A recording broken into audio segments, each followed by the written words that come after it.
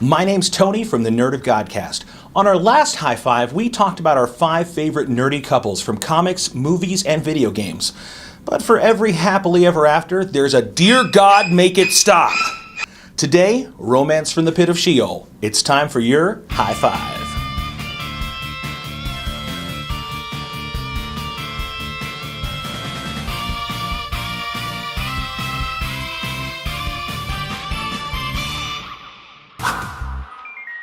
We've all had those friends, you know, the ones who were trying to date somebody who was obviously 100% wrong for them, but nevertheless they persisted. The relationship version of putting your hand on a glowing hot stove, it is bad, bad stuff. These are the ones that Paul was talking about in 1 Corinthians 7:8 when he's like, don't even get married. This list is far from complete, but here's my top 5 terrible nerdy couples. Number 5.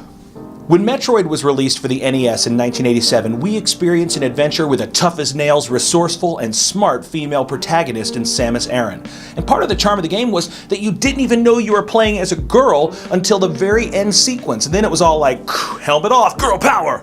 For almost 25 years, we followed her on adventures across consoles and galaxies, until 2010's Metroid Other M. In this game, we learned that the backstory of Samus is that she has this relationship with her commanding officer slash father figure slash love interest named Adam Malkovich. Because of this, she finds herself emotionally crippled and unable to even use her most basic powers until the game went on and Adam gives her permission. Now, I'm pretty sure that she could take you, dude. She's got a rocket launcher for an arm, but oh no, I'm not allowed to use missiles yet? Okay, Adam, please love me. This is not only unhealthy, it's insulting to the character, and it's frustrating for us as the player because we want to kick alien booty. We don't want to play the role of an interstellar Ophelia determined to suffer just to make this one dude notice us. Samus, we liked you better when you were the strong, independent woman who don't need no man or Metroid. It's a deal breaker, girlfriend. Shut it down. Oliver Queen was like Batman, without the great power or great responsibility. Wait a minute, I think I'm mixing my metaphors. He's a party boy who can do whatever he wants and have whatever he wants, and that includes his girlfriend Laurel, and unfortunately, as we learn in the CW's Arrow, her sister too. Now, this is already grade A 100 proof relationship poison, but even after he sneaks off with Laurel's little sister on his party boat, gets her killed in a shipwreck, finds her again on an island, gets her killed again, finds her again in Starling City, gets her killed again, and then finds her at a whole other TV show. Dang it, DC. You know, pretty much there's enough backstory baggage that, as Miss Swift would say, they are never, ever getting back together. But even after all that, he still wants to win her back, because of course. But as you know, she's moved on with his best friend because at its heart, the show is still 50% CW soap opera, and the audience is screaming, "Stop it, Oliver! Felicity is right there!" And we don't like Laurel. She's self-important, she's overly dramatic, and she sucks the life out of every scene she's in. And Oliver is moody and distant and an emotional sandbar. This relationship made season 1 and 2 of Arrow so unbearable that lots of fans wouldn't even have made it any further if the show hadn't been saved by The Flash. Not so fast, Barry. You and Iris are almost as bad. She's a psychic who holds the power of the Phoenix. He's a bookish perfectionist who struggles with eye contact. How could this one go wrong? For this, I'm referring to the X-Men movie universe's Jean Grey and Cyclops. This should have been a good, clean-cut, Better Homes and Gardens Mutant Edition feature couple. They both share a common passion for human-mutant relations. They both... what? Live in the same mansion? Wear matching uniforms? Okay, I don't really know why they're such a good couple, but I do know that things aren't as excellent as they seem because the minute your boy Logan shows up and pops some shiny claws, it throws an adamantium wrench in the works. Jean loves Scott. We get it. Why not? But she's into Wolverine too. He's got that like super scent, all right? And something tells me that if she wasn't putting off them amorous pheromones, he'd have just taken a hint and moved on. So what does that say about her commitment to Cyclops over there? And even when she tells our favorite Canadian superhero, besides Chris Jericho, that it's just not gonna work, we never really believe her. Because look, all it took was a little death and resurrection, and the first thing she did was call Scott up and vaporize him off camera. You gotta watch out for crazy fellas. It's all in the eyes. She's a social justice warrior who wants to bring order to the galaxy. He's a petulant, overpowered man-child who has daddy issues, but no daddy. This is not a relationship.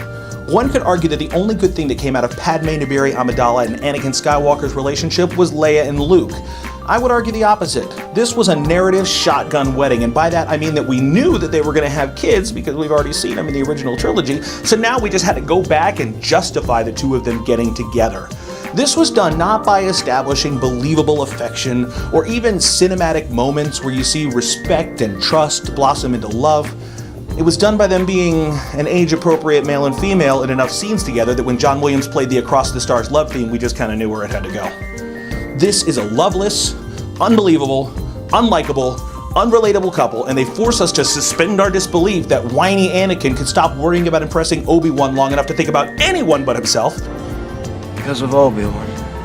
Or that Padme, who by all accounts was an intelligent, well-reared young lady with class, dignity, and actual social skill, would fall for this moody and not even broody, which could have at least had an air of mystique or intrigue, 9-year-old in a man's body who's floating fruit at her or staring at her like a creeper even when she directly tells him, "You're making me feel uncomfortable, Annie."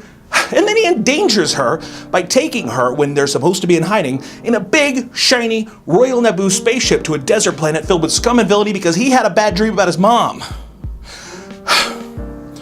She didn't die of a broken heart. She died under the crippling weight of her poor life decisions. And if you're looking for a happy ending, in the special edition, Hayden's Anakin gets to come back as a Force ghost. But even then, he could care less about looking for Padme. He's just happy standing next to Obi-Wan. Anakin, you're breaking my heart. When a relationship begins with torture, mind control, and non-consensual shock therapy, this has shot right past the Jerry Springer Show and straight to America's Most Wanted. Now there's a few different versions of how the Joker won the heart of Dr. Harleen Quinzel, but I promise you this, none of them are happy, none of them are healthy. Harleen, unfortunately named as she may be, was a psychotherapist working at the Arkham Asylum when she got her big break working on an A-list rogue. Joker saw in her, what? A rube? A plaything? Certainly not love, because I've read enough comic books to know that the Joker only has one true object of desire, and that's the Batman. Batman. Darling. So, what? A means to an end? A with me as always? A hilarious partner with a punchline for a nom de plume? There's no way of knowing what the Clown Prince of Crime has in his mind works. Suffice to say that this is a mad love filled with perpetual pain, betrayal, mental manipulation. This is a truthfully heartbreaking look at when sociopath and psychopath comes together with a little genocidal Stockholm syndrome in one crazy smoothie of sickness. Whether you're looking at Brian Azzarello's Joker graphic novel or the Arkham games or even back to the origin of it all, the animated series, this is the most dysfunctional, dangerous, and destructive relationship that we can think of. Tisk tisk, Dr. Quinzel, you really should have known better. So these are our top 5 worst, most dysfunctional, most unhealthy, nerdy couples. Did we miss one? Should we have swapped some things around? Let us know in the comments below. You can also help us out by liking, sharing, and subscribing. Thank you so much for sticking around with us. We'll be back here with another high five, drive time devotion, or one of our other cool Nerd of Godcast videos. You can also check us out with our podcast on iTunes, SoundCloud, Stitcher, or wherever fine podcasts are consumed. Connect with us across social media platforms at Nerd of Godcast, and we'd love to chat with you, connect with you, and exchange whimsical, animated gifts with you. Until next time, from the Nerd of Godcast, I'm Tony T, and this has been your High Five.